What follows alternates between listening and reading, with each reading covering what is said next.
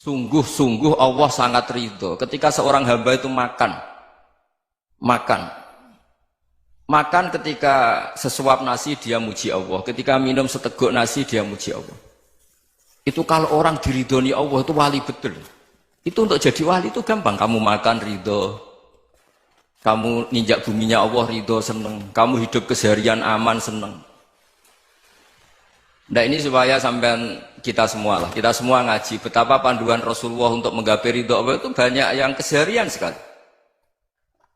Saking kesehariannya banyak dalam hadis dan itu sahih.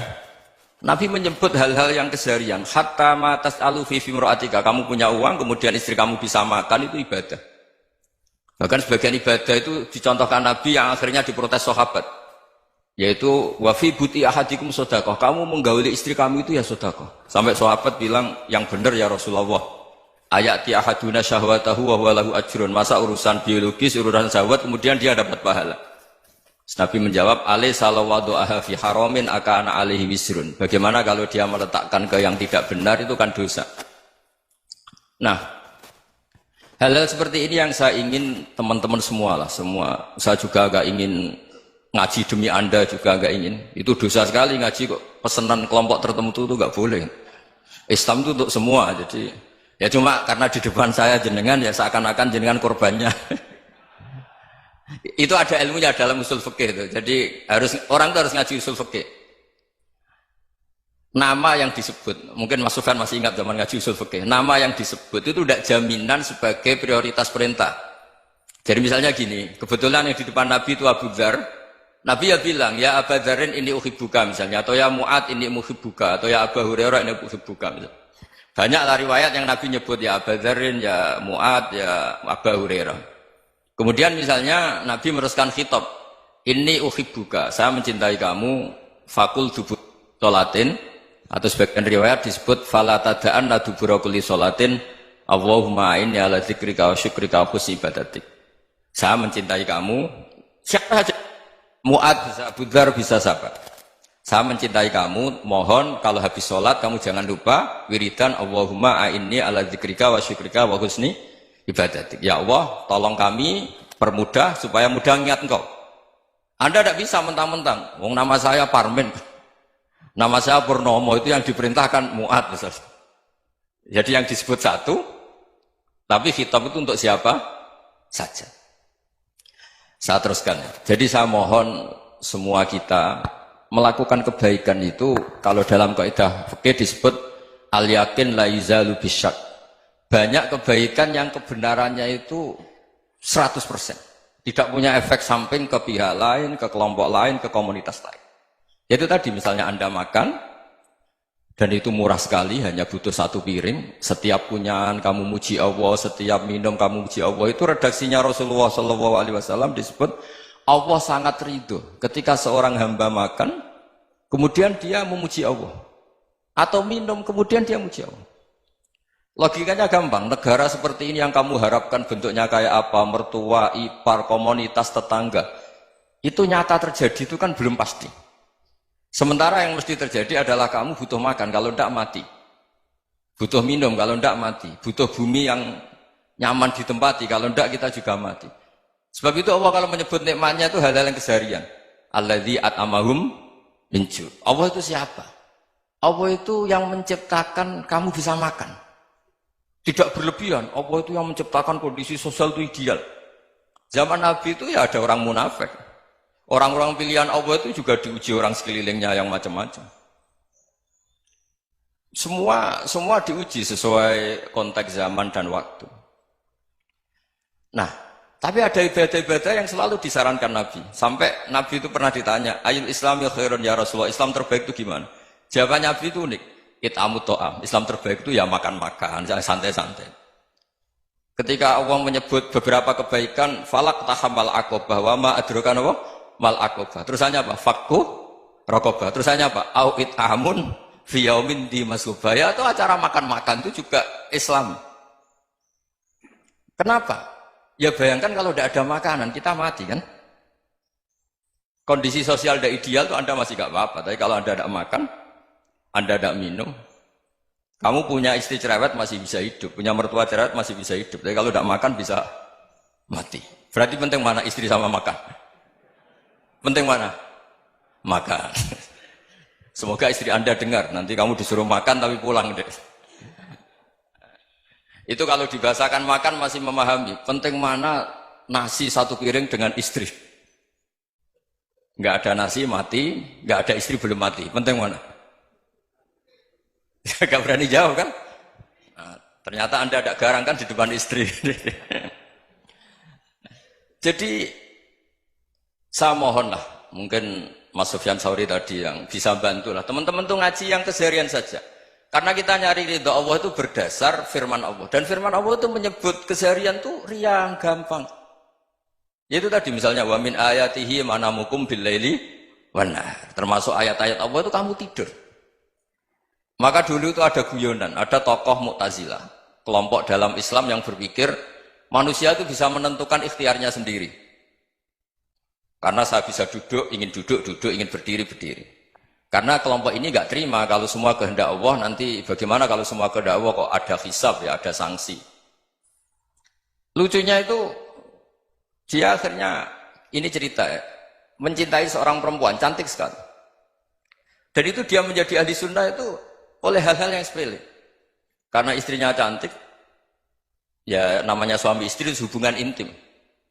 Terus ditanya, Mas, masih ingin lagi? Masih. Silahkan diulang lagi. Wah ya tidak bisa. Katanya manusia bisa menentukan yang diinginkan. Itu tobat itu. Itu nggak bisa ditobatkan Mas Sufyan Ats-Tsauri. Orang cantik yang mudah nobatkan orang itu orang cantik. Segampang itu. Akhirnya kita tahu, makanya kalau dalam kitab Hikam itu disebut al-aqil mayyakul madza yaf'alu wa hubi wal ghafil mayyakul madza af'al. Orang yang punya akal karena sadar ini wilayah Allah, semua milik Tuhan. Itu dia tiap hari berpikir, besok Allah akan melakukan apa terhadap dunia ini. Kamu merencanakan suatu mau plesir, ternyata gempa. Mau wisata ke Rusia, ternyata perang. Kamu tidak pernah tahu apa yang akan terjadi besok. Wa ma tadri nafsum madza taksibu ghadan. Tapi anda semua kita ini sering punya jadwal permanen. Makanya saya kalau diundang siapa saja, sana takdir. Yang jelas Gus ini acara penting. Ya masih acara penting nak pangeran ngersakno piye? Kowe ape dadi pangeran, kamu kok mau jadi Tuhan? Itu kadang ya kiai. Penting Gus acara ini jenengan harus memastikan bisa. Loh kamu itu yang ngajarin tauhid, sesuatu itu biadillah kok bilang-bilang apa pasti. Kalau maksa terus tak tobatkan kamu kata saya. Ya kalau gitu Gus bilang insya Allah. Wah itu hati saya, fisik saya, roh saya sudah bilang insya Allah. Tidak usah kamu latih kata saya. Nah hal-hal tauhid keseharian itu gampang sebetulnya. Wal ghafil yaqulu madza af'al. Tapi orang yang lupa Allah dia setiap hari bilang besok apa? Kita bisa melakukan apa? Seakan-akan dia itu aktor, dia penting, dia subjek permanen, dia. Padahal kita ini hanya objek kehendak Allah Subhanahu wa taala. Karena kita yakin sesuatu yang terjadi di alam raya ini kita tidak bisa apa-apa. Makanya saya sering ngaji, sering bilang saya, ketika Anda mensifati Allah, Dia yang menghidupkan. Sudah itu tanamkan sehingga ketika kita mati santai saja. Kenapa santai? Allah punya cara menghidupkan kita. Zaman kita hidup juga gak tahu caranya ngelola jantung, ngelola paru-paru. Kamu juga gak tahu ngelola oksigen yang tidak beracun, tidak ngandung polusi. Tahu-tahu hidup. Gak ingin tua ya tahu-tahu tua, gak ingin mati tahu-tahu mati. Selama ini kita hidup juga agak tahu apa sebetulnya. Hanya gaya tok, punya jadwal, punya planning. Kalau kamu bisa menentukan pilihan Anda, pasti Anda istrinya cantik, 4 neriman semua, kona'ah semua. Nyatanya enggak kan? Ada 1 jelek, cerewet. Oh itu kan, nyatanya enggak bisa apa-apa Anda kan? Dan kamu bawa mati lagi. Itu kan. Istri Anda juga gitu, punya keinginan, punya suami yang ganteng, yang jabat, yang riman, yang enggak poligami. Ya tidak kesampaian juga. Kalau kita ngitung tingkat kegagalan kita itu gagal terus. Ya kan? Nah, terus ingat Allah. Madza yaf'alu wa bi. Orang yang punya akal selalu berpikir Allah itu menghendaki apa terhadap saya. Lalu sama-sama orang melihat orang yang serius, itu kata Anda itu pemikir berat, serius, senang punya tokoh yang merengut karena kamu anggap serius. Tapi sebagian orang anggap orang yang serius itu wong merengut, wong masam, wong muka kok ditekuk. Jadi sama Itu hati, ya muqallibal qulub tsabbit qalbi ala dini. Karena kita nggak tahu cara berpikir kita tentang orang lain, tentang sekeliling kita. Misalnya kita orang baik yang jenis ngurmat fakir miskin. Ada orang bangun masjid mewah itu janggal. Apa artinya masjid mewah kalau banyak orang kelaparan? Tapi kalau yang jenis pendidikan, apa artinya masjid mewah kalau tidak bisa ngaji? Nanti yang jenis infrastruktur, apa artinya ini kalau semuanya punya sudut pandang yang berbeda-beda. Dan Islam mengapresiasi semua kebaikan. Tapi katakan semua kebaikan itu adalah kehendak Allah Subhanahu wa taala. Karena apapun baik Anda itu pakai fasilitas yang diberikan oleh Allah Subhanahu wa taala. Sehingga ini yang disebut kulillah sumadarhum fi khawdihim yal'abun. Ya kembali tadi ke tema-tema bahwa keseharian Anda ini sudah Islami. Saat Anda tidak bisa melakukan apa saja. Saya sering ada jenazah, biasanya kalau tetangga meninggal saya sering disuruh ngelepas. Saya bilang orang ini baik karena sering ngelamun di rumah, sering nganggur di rumah. Ditanya sama anaknya, kenapa Gus nganggur baik? Ya kalau dia nganggur artinya juga agak berbuat sesuatu yang maksiat kan? Ya kan? Orang nganggur di rumahnya ya tidak bunuh orang, tidak maling, tidak korupsi, ya namanya nganggur di rumah. Lah cuma istri cara pandang nganggur gak menghasilkan uang itu. Tapi juga gak menghasilkan kriminal kan? Jadi sebenarnya Islam itu, makanya kalau sampai ngaji usul fikih itu ada kitab usul fikih namanya Lubul Usul, itu terkenal sekali di pesantren itu. Itu kalau ngapresiasi keseharian itu luar biasa. Izma min mubahin illa wa yatahaqqaqu bihi tarku haramimma. Karena keseharian yang mubah saat Anda lakukan itu ada kehebatan yang luar biasa, yaitu meninggalkan haram. Makanya dulu banyak orang-orang alim ketemu temannya itu guyon sampai semalaman. Itu biasanya yang semangat Islam itu kiai kok tidak tahajud, kiai kok tidak witir. Orang yang sedang mapan uangnya banyak, malam itu tidak kelayaban itu sudah luar biasa. Melawan nafsu supaya tidak maksiat itu sudah luar biasa. Supaya lupa guyon sama temannya semalaman sampai subuh. Gejolak-gejolokan mengenang zaman miskin, zaman kuliah nggak jelas, zaman apa. Melihatnya jangan takut tahajud. Seperti ini meninggalkan tahajud, tapi meninggalnya ini talkul muharramat. Jadi kayak apa hebatnya? Sehingga Imam Ghazali punya riwayat yang agak unik. Hatta takuna ibadatu akhiri hadil ummah iku an-naum. Sehingga suatu saat ibadah terbaik umat ini itu tidur. Itu kan riwayat kontroversi. Ketika Imam Ghazali tanya, kenapa iya? Kenapa kamu mulai keluar dari rumah itu sudah banyak maksiat? Melihat perempuan yang enggak mahram, melihat fenomena. Tapi kalau kamu tidur itu enggak melihat apa-apa. Tapi juga kamu jangan menganggap tidur itu ibadah betul. Saatnya melakukan fardu ain malah masih tidur. Tapi itu sudut pandang yang menjadikan kita Islam itu gampang. Jadi saat Anda tidak bisa aktivitas apa-apa, misalnya ada beberapa orang yang lumpuh. Lumpuh itu memang nggak bisa Jumatan, nggak bisa ibadah, tapi dia juga nggak bisa maksiat.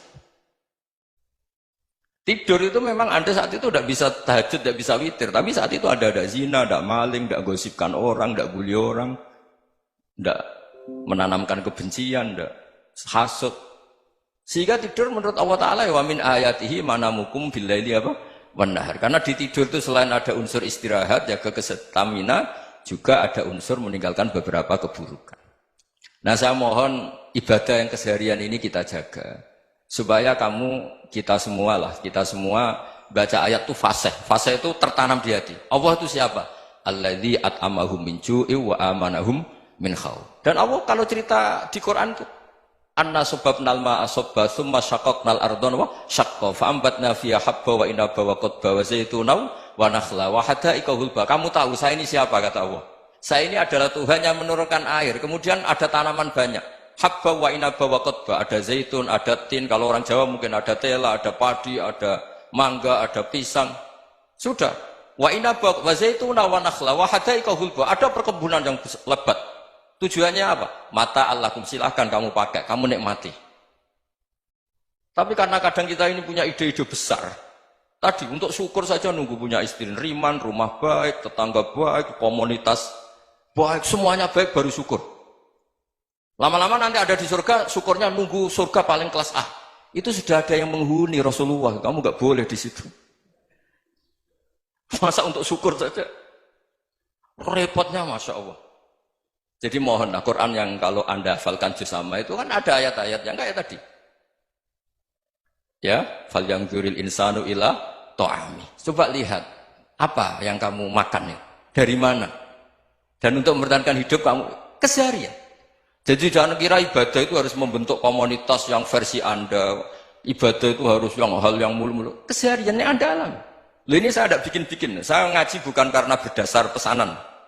Itu ayat yang saya bacakan betul ada ayatnya kan. Fal yang dzuril insanu ila ta'amih anna sababnal ma'a sabba thumma shaqqaqnal arda shaqqa fa ambasna fiha habba wa inaba wa qadba wa zaituna wa nakhla wa hadaiqa ghulba. Terusannya apa? Mata'al lakum, silakan kamu nikmati. Mata itu silakan kamu nikmati. Ya kayak sampean dikasih hidangan ya makan. Ya sudah makan, habis makan ya minum, habis itu ngantuk ya tidur. Ya sudah normal-normal saja. Kayak apa indahnya Islam? Tapi Anda mencari Islam yang gimana lagi? Nah itu yang diajarkan guru-guru kita, diajarkan sanad kita sampai Wali Songo, sampai Rasulullah SAW.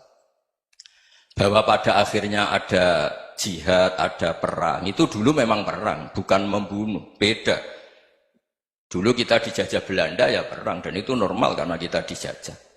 Jadi ketika orang lain ingin baik sama kita, wa in ahadum minal musyrikin astajaruka ya fajirhu hatta yasma'a kalam Allah. Kalau mereka ingin baik ya kita baik. Makanya ada istilah musta'man, mu'ahad. Kalau mereka ingin damai, berdampingan dengan kemajmukan ya itu yang lebih baik. Karena memang Islam menghormati proses perdamaian. Wa in janahu lis-salmi ya fajnah lah. Kalau ingin damai ya kita harus damai.